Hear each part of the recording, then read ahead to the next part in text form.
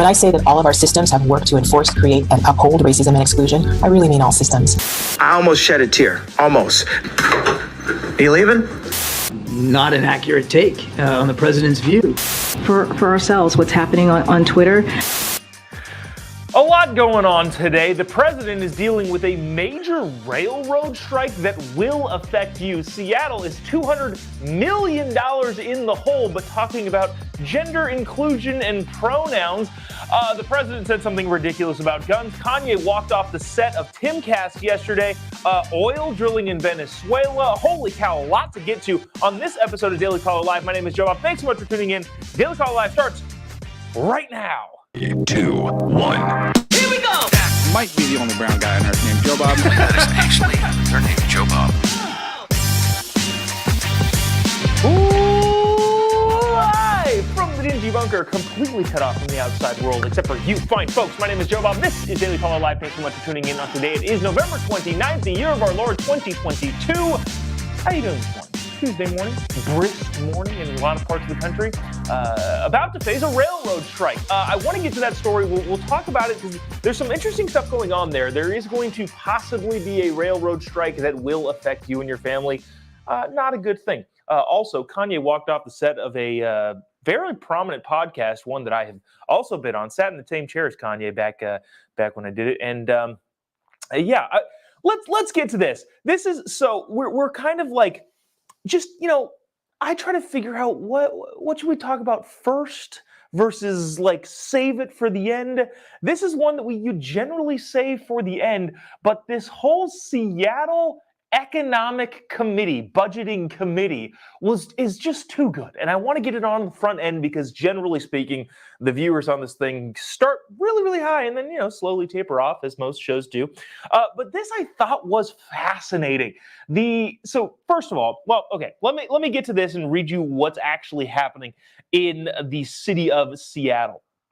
The city of Seattle is finalizing its spending plan for the next 2 years. The budget process has involved plenty of difficult decisions that the council is looking at grim financial projections.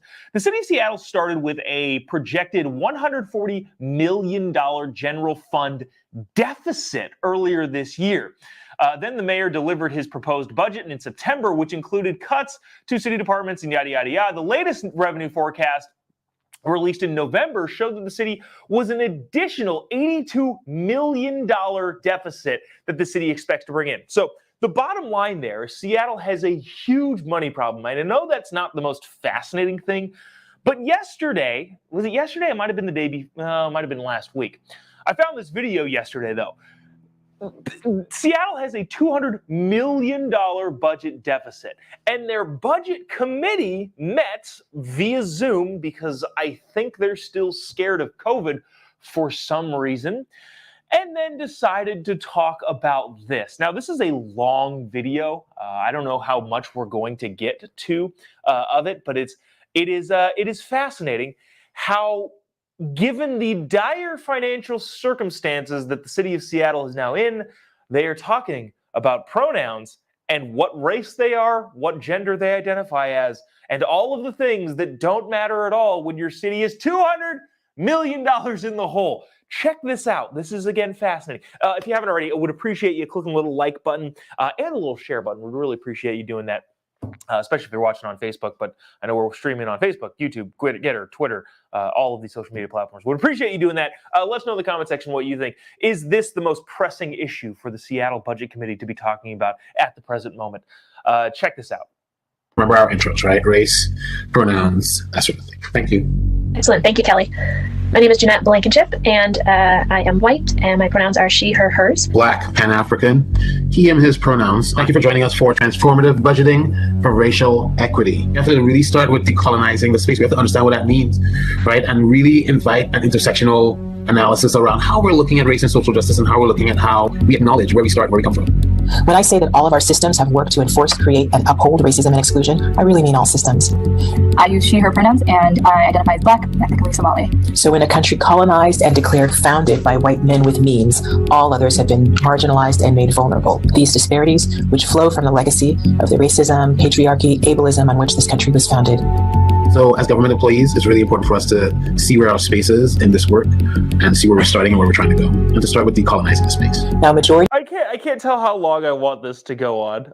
It just continues to go on and on in that direction, and maybe we'll play a little bit more in a second. But the bottom line is that the budgeting committee, if you noticed there, talked almost zero about the budget, the proposed budget. Again, I think like 200 million, a little over $200 million in the hole, and they're talking about what is it? The colonization of something. I don't know. It's kind of funny. The article that I was reading on has a little bit more of like, we knew it was a possible economic downturn, but specifically a downturn of $64 million in the real estate excess tax, the funding projects, yada, yada, yada, yada. They go on and talk about the whole like funding thing in this article that I was reading from earlier. And again, the budget committee meeting in Seattle to talk about definitely not the budget. Let's listen a little bit more, and then we'll move on to more important fare, because this is just kind of comical. These systems, whether they're wealth, corporate, white, and other forms of supremacy, will do all they can to maintain that supremacy and power. I identify as white. I use she, her, hers pronouns. Those in favored in-groups spend whole lifetimes trying to uphold and defend a system and structures that they deeply and innately know are wrong, or a struggle from the guilt of complicity.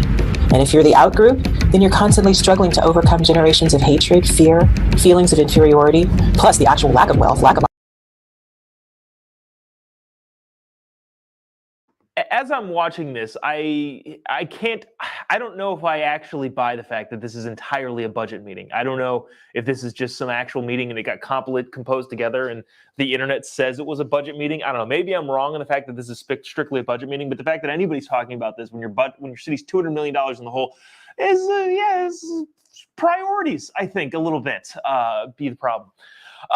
Moving on to what do we want to get to? I don't know if we want to go. Okay, we'll get to this. This is an important, hugely important story that I'll be honest with you, I don't quite understand fully. And I did a lot of reading about it.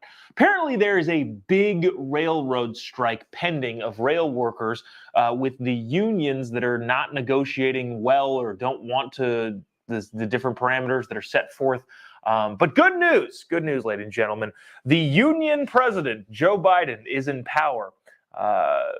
Well, let me read this. This is from the Daily Caller. President Joe Biden called on Congress on Monday to pass a law mandating rail workers and companies accept the administration-brokered deal in a bid to prevent devastating strike before the December 9th deadline. Look, everything you get involves a train in some way, shape, or form, whether it's parts and components. The train system, the rail system throughout this country is massive. And the idea that we can afford to have a big old train strike is not something that I want to even consider. Having said that, I was confused and kind of basically put the pieces together as to why the administration is dealing with this union and also the companies involved. Why is the federal government involved at all? And I think I figured it out, but nowhere in the 10 articles that I read about this did it explicitly state why the Biden administration is, quote unquote, brokering a deal between the unions and the private train companies. I don't quite understand it. Doesn't make any sense to me, at least initially, but I think I might have pieced it out. Bottom line here is that this could lead to a strike of, I think we're near, this is, again, Daily Caller reporting, 70, collect yourself, gather yourself, use your words, 760,000 Americans could lose their job in the first couple weeks if this thing goes into effect, and the economy would be a disaster. 8 of the 12 major rail unions have already ratified the agreement, which initially was negotiated by the administration back in September, but there's a couple holdouts, yada, yada, yada. And so I was trying to figure out, again, why is the Biden administration involved in this in the first place? And I think I understand, because I was thinking, does the United States subsidize all of the rail workers? But if that were the case, then I don't think that's the case. I think they probably subsidize in some way, shape, or form. But what I think happened here, and this is kind of brilliant a little bit, I don't like the fact that things go in this direction, But Joe Biden as a senator, I was reading a piece from, I think, The Hill, talking about Joe Biden as a senator being a pro-union Democrat. I am a pro-union Democrat. I will fight for the unions. When he was a senator in Delaware. Now, what The Hill said was that it was easy to be a pro-union senator when you're one of 100 and you can't really make any big, massive difference. But when you're the president, things get a little more complicated. And what I think is happening here is the railroad union bosses understand that the more publicity they get on this potential strike gives them more leverage in the negotiations. What they know is that Joe Biden, being a union president, is going to take the bait and insert himself in the situation. And when Joe Biden inserts himself into a situation, the story becomes massive. And it kind of has. This is a much bigger deal than the rail unions, I think, thought they were going to get. And therefore, they're pushing for everything they want. Bottom line here is that the president is now calling on Congress to not only not subsidize the trains. They're not trying to subsidize, I don't think, the unions. What they're trying to do is make the union demands legally binding so that the railroad companies have to accept them, if that makes sense. So the unions are collective bargaining with the railroad companies, right? And there's always that pushback between the corporation and the unions and the labor and all that sort of stuff. There's always butting heads. But what the union is trying to do is now get Joe Biden to get Congress to put all of the union demands into labor laws passed by Congress at a federal level. I think that's what's happening, and I don't like that that's how things are possibly going to work here. Again, what I think happened is I think the unions utilized the Joe Biden being a union president in order to get a better bargaining chip and seat at the table. I don't know how interesting that is, so we'll leave that there, and we'll kind of see where it goes from there. Let's get to this, because this is another fascinating thing that the White House is apparently doing. The White House is apparently going to keep an eye on Twitter, whatever that means. That's a little bit concerning language there. KJP, who again is bad at her job, and I still think my bet is that around the Christmas time, I don't know, maybe like, actually, you know what? I'm gonna make a prediction. My prediction is that on December 20th, KJP is going to do a press conference. That's a Tuesday. KJP is going to do a press conference and say, I've decided to take some time with my family. This has been a blessing of a job to have, and I loved working for this administration. But it's time now that I transition into home life or family life and into the next phase of my career. She will then promptly go take a job at CNN won't hire her, probably MSNBC, but also maybe like the Young Turks might pick her up. I don't know. And she will step away from the White House press briefing podium. That's my prediction. December 20th, KJP announces that coming in the new year, we'll be met with a new White House press secretary. Anyways, a lot of hubbub in the mainstream media / the lefty side of the aisle about Elon Musk taking over Twitter. Now, one of the biggest things about Twitter, so I don't know if you use Twitter. We used to stream this show on Twitter. Maybe we'll start streaming it again on Twitter, but right now we're not streaming it on Twitter. But I don't use Twitter all that much. I'm a bad political commentator. I rarely go on Twitter just because it's a cesspool of disaster, of generally bad thoughts. Having said that, a lot of your lefty mainstream media is like, oh, Elon Musk is ruining the platform. If you didn't tell me that Elon Musk was taking over Twitter, I wouldn't have noticed a difference. Nothing seems to have changed from a structural level, other than like some people like James Lindsay, who never should have gotten banned in the first place, Donald Trump, Babylon Bee, other big names getting back on. That's literally the only difference. Having said that, your left stream media has been very, very adamant that Twitter is going downhill. Now, I know we're kind of tired of talking about Twitter here. Wow, some of the comments are very funny. I know we're kind of tired of talking about Twitter, but I thought this was fascinating, especially from the White House. Somebody asked What is the White House going to do about Twitter? The answer should have been nothing. We're not going to do anything.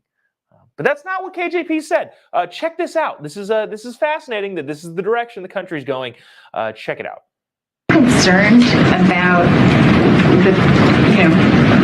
Elon Musk says there's more and more subscribers coming online. Are you concerned about that? And what tools do you have? Who is it at the White House that is really keeping track of this? So look, this is something that we're certainly keeping an eye on. And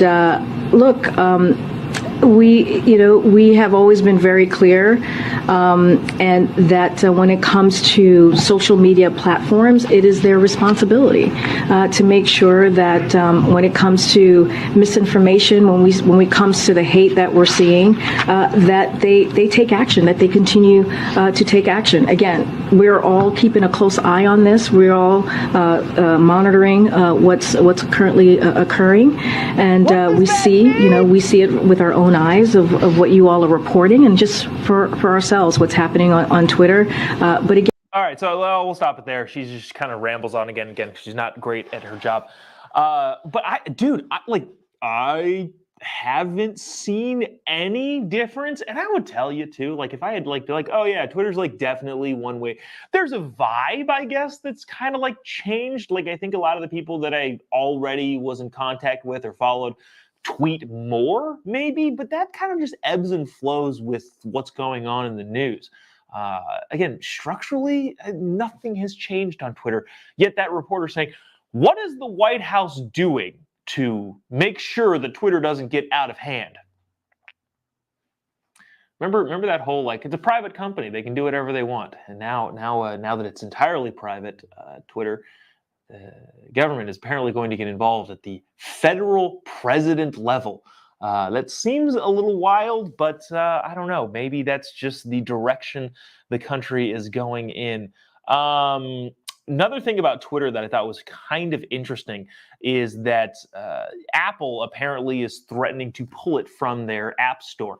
Twitter owner Elon Musk on Monday claimed in a series of tweets that Apple had threatened to remove the Twitter app from the App Store as a part of a review moderation process, which is a problem. Yeah, I don't know. It's going to get interesting. There's more here. We don't need to read any of that. Basically, bottom line is the Apple App Store is where you get all the apps. And if you're banned from the platform, that's a huge problem. But I don't know how you justify it necessarily, considering the fact that I don't think anything's changed. It's not like this. There's nothing that's new about the platform, really. So I don't know. What do we want to move to here? You know what? Let's stick in the White House press briefing room. John Kirby was taking some questions from Peter Doocy of Fox News, which I thought was, I thought this was interesting. I thought this was fun. You know what I think I want to do? I want to save the Kanye stuff for tomorrow because I haven't. All right. I'm going on tangent. This exchange with Peter Doocy, the oil versus Venezuela, all that stuff, that's all fascinating. We'll get to that in just a quick second. But this whole Balenciaga thing, I haven't really talked about much. Mostly not because I don't think it's terrible, because I kind of roll my eyes at this sort of stuff. Dude, people are crazy and getting crazier. And I don't know that commentary is necessarily needed for people to realize how crazy this is. But you know what? I'm making the decision right now on air, mid-show meeting. We'll talk about Kanye, Kim Kardashian, Balenciaga, all that stuff tomorrow. And then we'll bring up that clip where Kanye walks out of the Tim Pool podcast, Timcast. Like how he snapped and just puts those little words together and makes a new word for himself. Anyways, this is John Kirby taking a question from Peter Doocy. I thought this was fascinating, especially given oil prices. What are gas prices like where you are? I feel like I ask this question once a month and people just get fired up in the comment section. Dude, it's $6 where I am. Gas prices near my house, I think, are $5.37 yesterday, if I remember correctly, driving by the local gas station. But yeah, what are gas prices like where you live? And do you think they're going to get any better with this sort of attitude from the White House and the I don't know, the global foreign oil trade.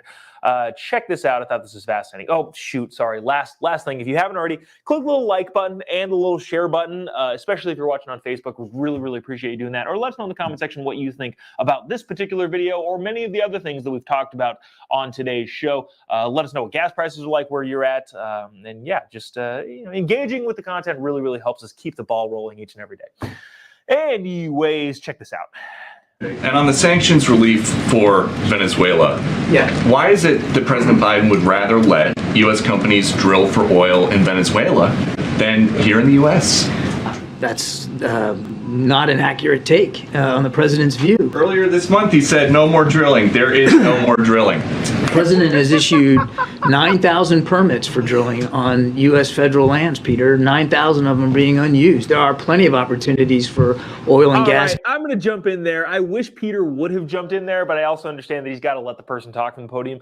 The president has issued all of these permits that are being unused. Yeah, the reason they're being unused is because they can't use them. You can issue the rights to actually use the permit, but then you have to go through this crazy lengthy process, also controlled by the federal government, hashtag the Biden administration, that don't allow you to actually use those permits. Look, if somebody says, hey, you can use my Ferrari anytime you want, I'm like, sweet, I can use their Ferrari anytime they want. And then they say, but it's on a small island off the coast of Northeast Canada. Like, okay, well, I don't live there and have no access to that. So I guess in theory, I can use the Ferrari anytime. I have a permit to use that Ferrari. My permit to use that Ferrari is going unused because I can't get to it at all. That's in the same way. That's how the Biden administration has issued 9,000 permits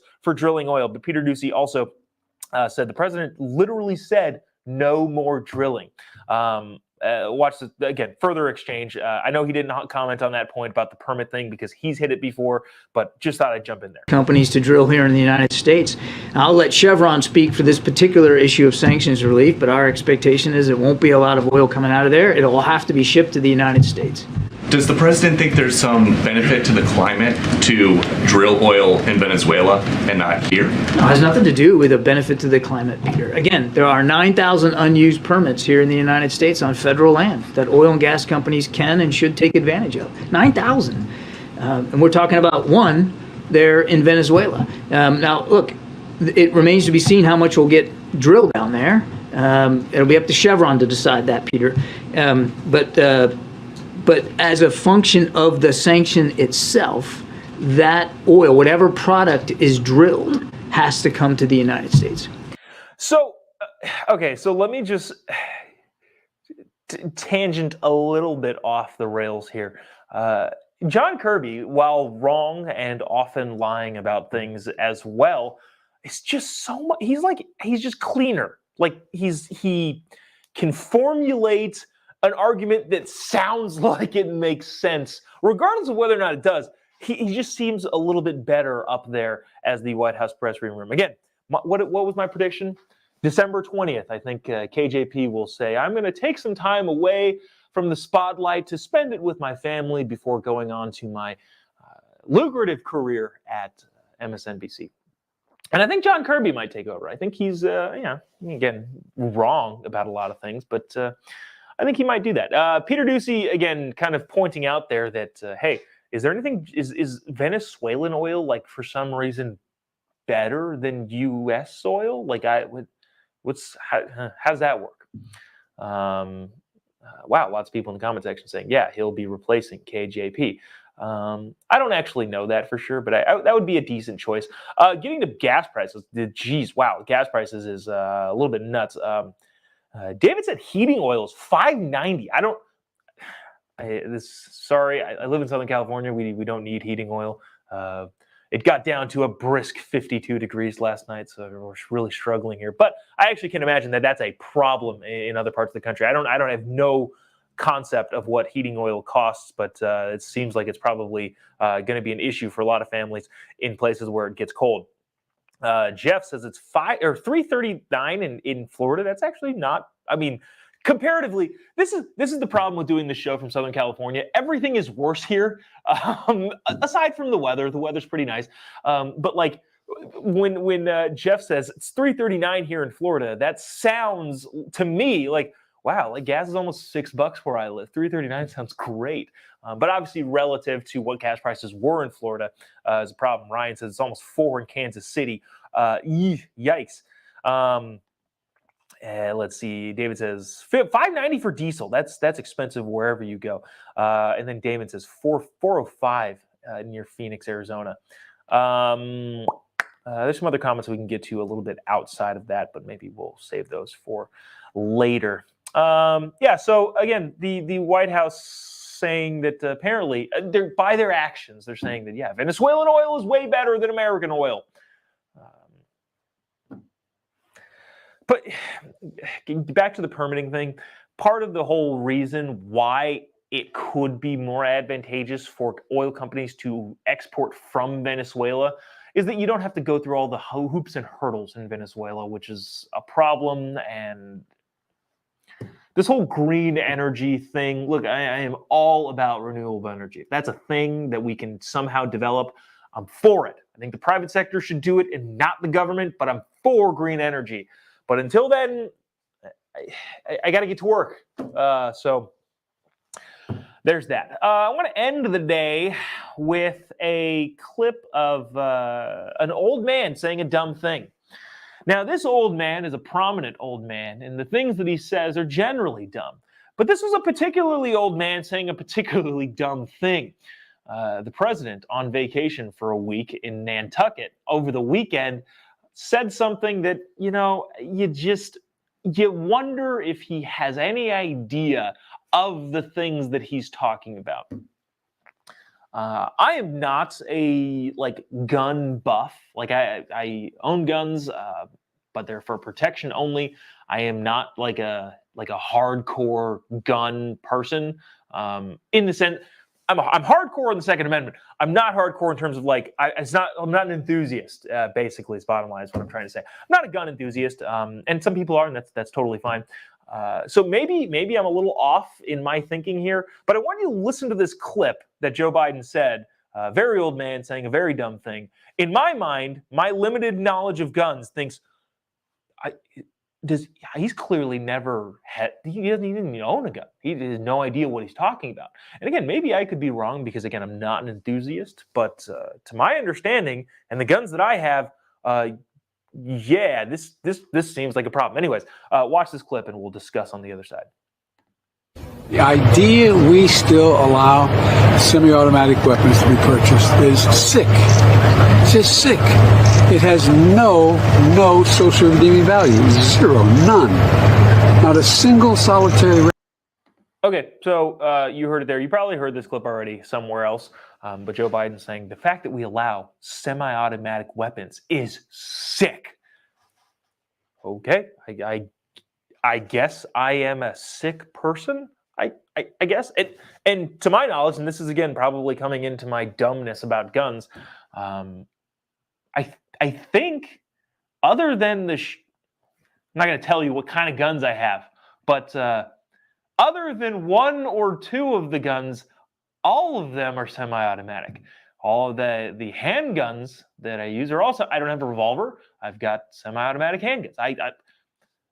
The bottom line here is Joe Biden outwardly said that owning a gun that makes a type of gun that makes up the majority of guns, I think, is sick. There's no reason for it. And it makes me wonder if he actually thinks that or is just lost and confused into, I don't know, some la-la land that he's not occupying. Let's see. KJ points out that semi-auto is legal. Yeah, I know. I almost exclusively own semi-automatic weapons. Full auto is definitely illegal. But Julia says he clearly does not know about guns. Yeah, again, I'm not claiming to be a gun expert. I'm just not. But I feel like that's a pretty easy one. Let's see. That's going to do it for us today. Appreciate you sticking around, tuning in. So I know Kanye was in the beginning clip, and I know we didn't talk about him, but we'll talk. Actually, shoot, he's in the title too. Well, anyway, we'll talk about that tomorrow because I think there's some more expanding that I wasn't going to do because, again, I kind of roll my eyes at a bunch of this stuff. But I feel like it deserves a discussion, so maybe we'll talk about that tomorrow. If you haven't already, would appreciate you clicking the little like button down here. There's way more of you watching right now than a click the little like button or the little share button specifically. Really does help us out each and every day. I really appreciate you doing that. Yeah, we'll talk about the Balenciaga thing, the Kanye West thing, maybe even get into the Disney Santa thing, which I don't know, seems like a. We'll talk about it tomorrow. But if you haven't already, give me a follow on any of your social media platforms. Would appreciate you doing so. Just type in JOBOB pretty much anywhere. The Facebook Chiron is wrong, remains wrong, will stay wrong probably for the foreseeable future because I am lazy and forgetful. Both things that are not conducive to me changing the Facebook platform thing. But just type in JOBOB pretty much anywhere. You'll be able to find me. Let's see. Other than that, we will see you tomorrow. Same time, same place, but I might pre-record depending on. I have a flight tomorrow morning. Oh shoot! Okay, I'm gonna post a thing on Instagram in a couple of minutes. Go to my Instagram and participate in this poll. It's gonna be very fun. It's gonna be very exciting, and it's gonna be implemented tomorrow at a thing that I'll be at. Oh, that's very exciting. Okay, yeah. Sorry, do that. Sidetrack. Yeah, we will be back tomorrow. I'm not sure Thursday. Going to a place and then coming back from that place on Thursday morning. Timing, I don't know if that's going to work out. That we're going to get the show done. I also have a flight on Friday. Going back out to another place. So we'll probably do a show on Friday morning, and then all bets are off at the end of this month. We're going back and forth and back and forth and back and forth. If you watch OAN, One American News Network, I will be guest hosting for Dan Ball's show at the 5 p.m. Pacific, 8 p.m. Eastern, like the prime time slot. Which is really exciting. Next week, Wednesday to Friday, in addition to a speech stop in Illinois. I'll also be in Mar-a-Lago over the weekend. This is the bananas week. So again, all bets are off on whether or not I get to come on here and do the show. So anyways, appreciate you sticking around, tuning in. We will see you tomorrow, same time, same place. God bless America.